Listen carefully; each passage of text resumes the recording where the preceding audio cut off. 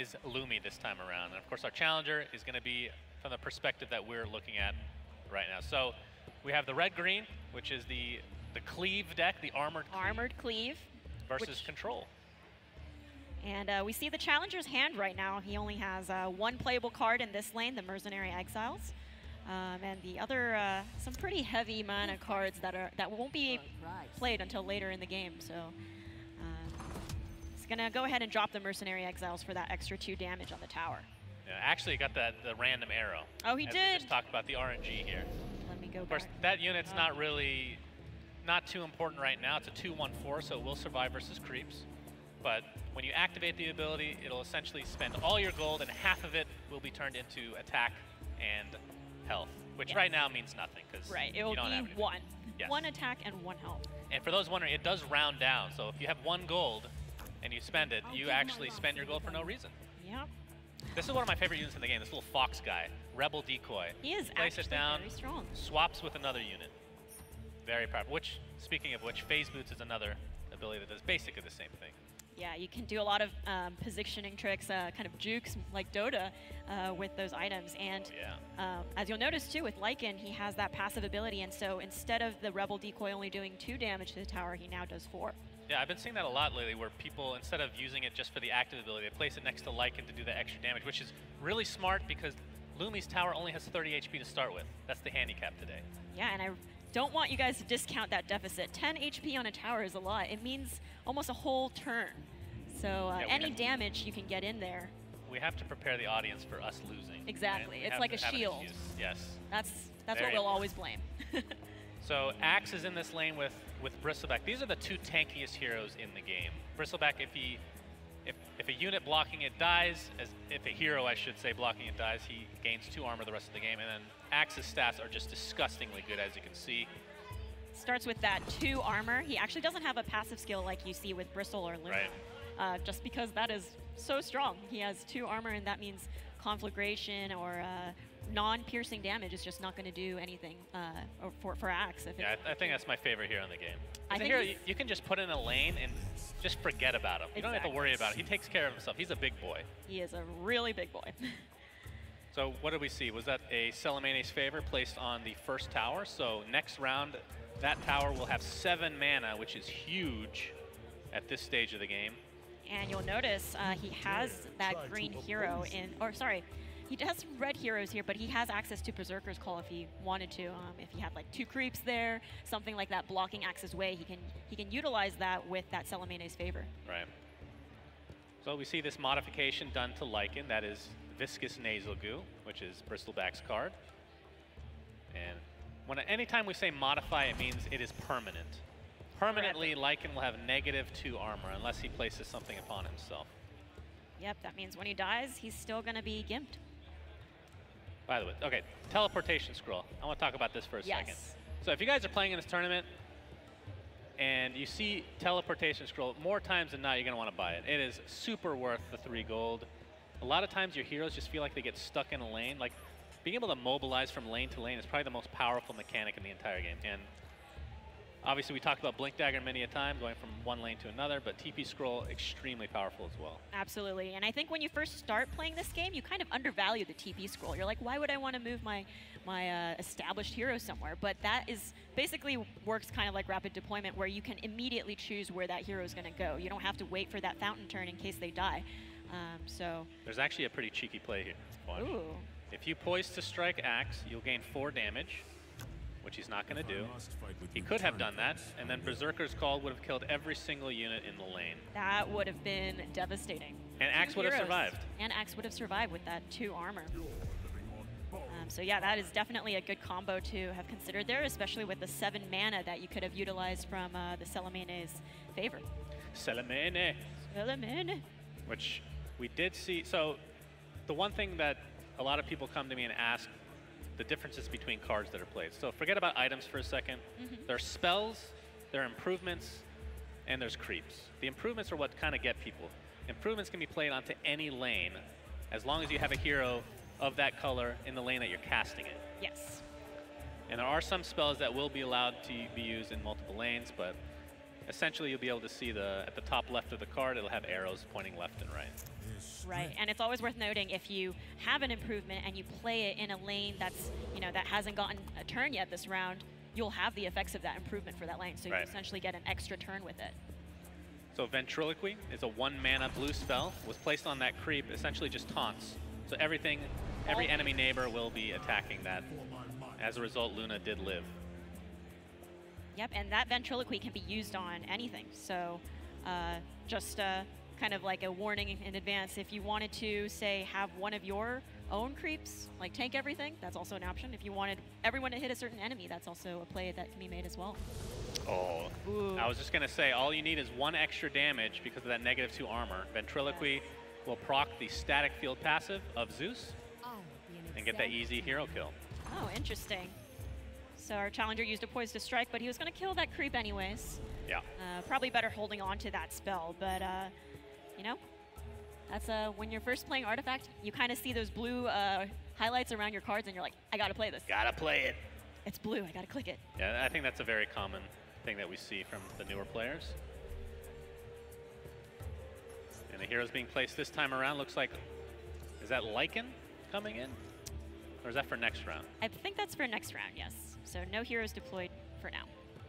All right, well, you remember that move that I was talking about? Oh, he yeah, can do it again. Still looking real good. He doesn't even need the extra damage. Oh, now he's not going to be able to kill Earthshaker, so. And he has the initiative, so he can choose to do this right now and kill all, well, here. 2 of the 3, it's good enough. 2 of the 3, It's good enough. And the Mercenary Exiles will take care of the rest. That's right. After getting that extra 5 gold plus the creep, you can just spend it on the Exiler if you really want to. Which I think in this deck it's fine. You're not trying to save gold. He's going to put down the Ogre Conscript and say, this is a really powerful creep. 6 mana, 7/2/7.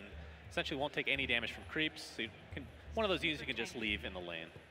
Yeah, and if we look at Lumi's hand right now, he has 2 Eclipses, and that's going to be a lot of Eclipses just kind of like tanked onto this creep. So if he wanted to consider casting that into this lane, he has to factor in like 3 extra charges just hitting that Ogre. Yeah, you have to count your charges, and of course, to gain charges is what just happened. The Lucent Beam at the beginning of the round from Luna. She will likely die a horrible, horrible death this time around. Everyone hates her. Look at them. So here, when you're playing, of course, you see the Eclipse. You can keep track of your charges at the bottom. It'll deal 3 damage 5 times to random units. And in this lane, see, we need 1, 2, 3, 4, 5, 6, 7, 8 to kill everything guaranteed. You could take the gamble as well. You could. Problem is 3 units are attacking Luna. And may as well just kill her now. Get that tower damage in. That's nothing to laugh about. 16 damage to the tower puts Lumi at just a mere 6 before it pops. It's tough, and that's the Fountain Flask.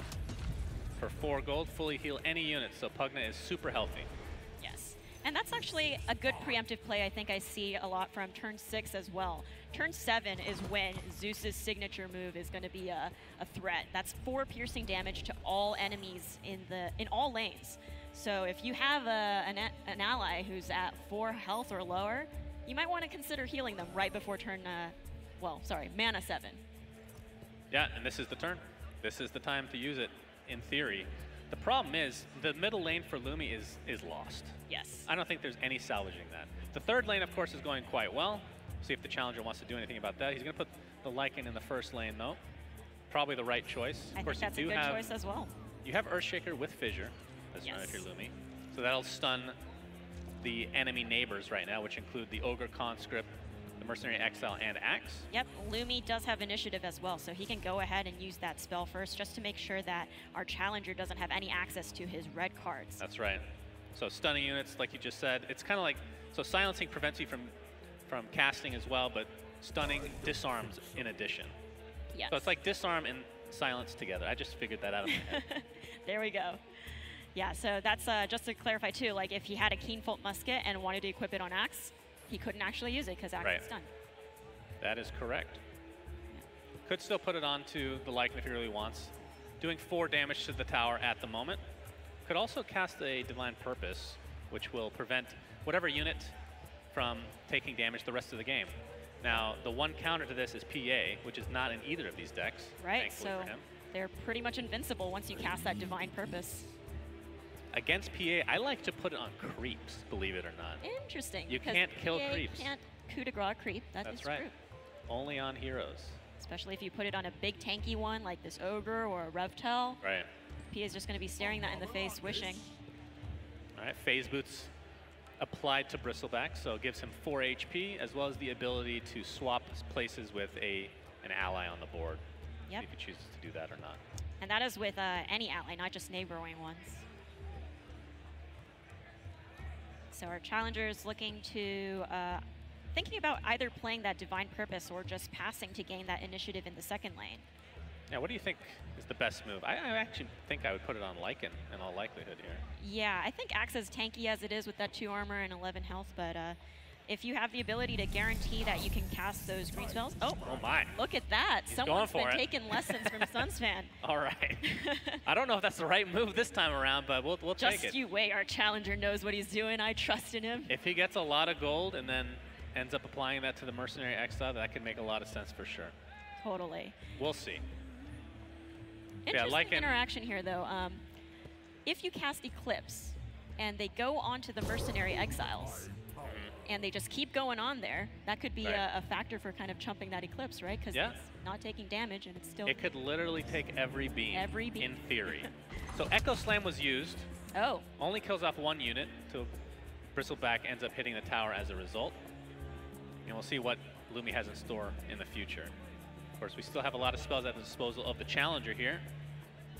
Could apply the Nether Ward to the first lane. That, of course, is an improvement that comes with Pugna. Anytime a spell is cast in that lane by your opponent, 3 damage is done to their tower, which in this case only has 8 health. Pretty good choice. I think that's an excellent place to place that Nether Ward. Anytime that he's gonna, I mean, this lane's won, right? For our challenger, he's just gonna push down this tower, and then he's gonna look to winning either the first or third lane, which, you know, third one's less likely to happen. Right. So. But he does choose to put the Nether Ward in the third lane, so maybe he has some other things in store. I mean, there is potentially the strategy of, hey, I'm giving up this lane, JK, and you come in later with a bunch of heroes. Yep. Thunder God's Wrath, though, applied by Luminous. And a zap to his own tower from that Nether Ward. That means Axe only has 4 health right now.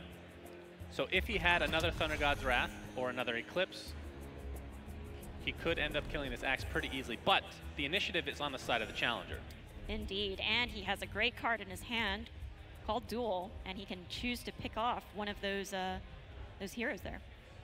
But the problem with that is you have another blue hero in the lane. So if you're able to kill one, just having another one there is huge to be able to cast any blue spell you want. Yes. I really hope we get to see the Eclipse of Dreams here. How many we got now?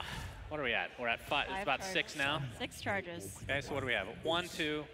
Well, the problem is this Divine Shield, like you're talking about, right? It could eat them all, theoretically. But aside from that, you would need 1, 2, 3, 4, 5, 6, 7, 8 to kill the other 4 units. It's a lot of charges. So we're not quite there yet. But it could still be value to kill Axe, because all you need is 2 beams to hit him. Yes. And even this creep, for that matter. The Ogre Conscript is doing a lot of damage to Luna right now.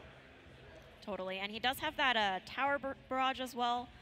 If you wanted to lower everyone to a small threshold, but then he won't be able to cast Eclipse. Oh, yep, all right, we're challenger goes for the duel, but it's not going to be quite enough because Bristle has that 1 extra armor, even though you saw that 7 health there. 1 damage was blocked, so Bristleback is now at 1 health.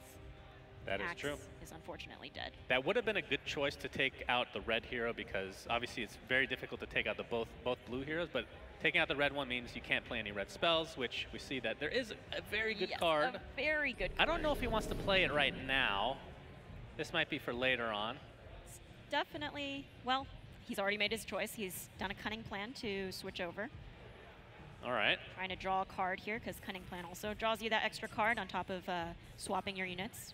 And that blocks LC, so no more damage being done to the tower aside from the creep. And here comes Here's the Eclipse. Let's go. Oh, that's Mercenary 1, creeps. 2, 3 onto the creep. Oh, God, that feels so bad. That would have been enough to kill Legion had it gone on her instead. But the next level plays from our challenger, putting that Divine Purpose on the Mercenary creeps, and it went ahead and tanked 3 charges. Now, just imagine if the just talk about the power of Netherworld. Yes. If it was placed on this first tower, Yes, that would have been he cast 3 spells or 2? devastating. He casted Cunning Plan and Eclipse, so that tower would have been at 2 health. That's right. You might as well put 1 there now, though. Like, it doesn't hurt. Yes. It just dissuades the enemy from... Okay, there we go. There it is. Phase Boost, of course, does not count as a spell. It's just an item. Something I don't even think we talked about, but you see these little things at the top of the hero. This is for attack, armor, and health. You can only have 1 of each respective item applied to 1 hero. Yes. You do have the option of replacing items. Should you hate these phase boots later on and want, like, you know, something else, you will get a little warning that asks, are you sure you want to do this? And you can override the item as well. How could you ever hate phase boots, though? I know, that's just a waste. That's the dream. It's so valuable. What is it, 7 or 8 gold? 4 health, able to swap units. It's so good. Really great item. Well, Lumi not doing enough damage right now to kill off this tower. Of course, Thunder God's Wrath was used. Gets another zap to the face, though, but he's at 16, and there's no heroes here. He doesn't feel too threatened. Right. He'll take that out pretty easily next time around. But with that, it not only gets the 1 kill on Farvon the Dreamer, but you also have 1 health remaining on LC, which means actually she could die. The lucky beam. She could die to the passive Lucent Beam at the beginning of the round. There is another creep coming into the lane for our challenger, so it's going to be a 1 in 3 chance that Legion just dies, or 1 in 4 now if our challenger puts our Lycan there. Is he feeling it? That is the question, my friends. Luna. That's a lot of heroes at 1 HP. LC, Earthshaker, and Bristleback. Yeah. Zeus is, you know. Yeah, Zeus would be so valuable in this lane right now. All right, who's feeling it? 1 out of 4. The Mercenary Creeps takes it for the team again. After the cards are spawned, we're going to get that Lucent Beam. Oh, you're right. On to that very... How much damage has this creep taken this game? Insane. I'll get their attention. Telling you, that's the next level play. We have the Rebel Decoy being placed. Unfortunately, the arrow goes over to the creep, so it's not going to be extra 2 damage to the tower.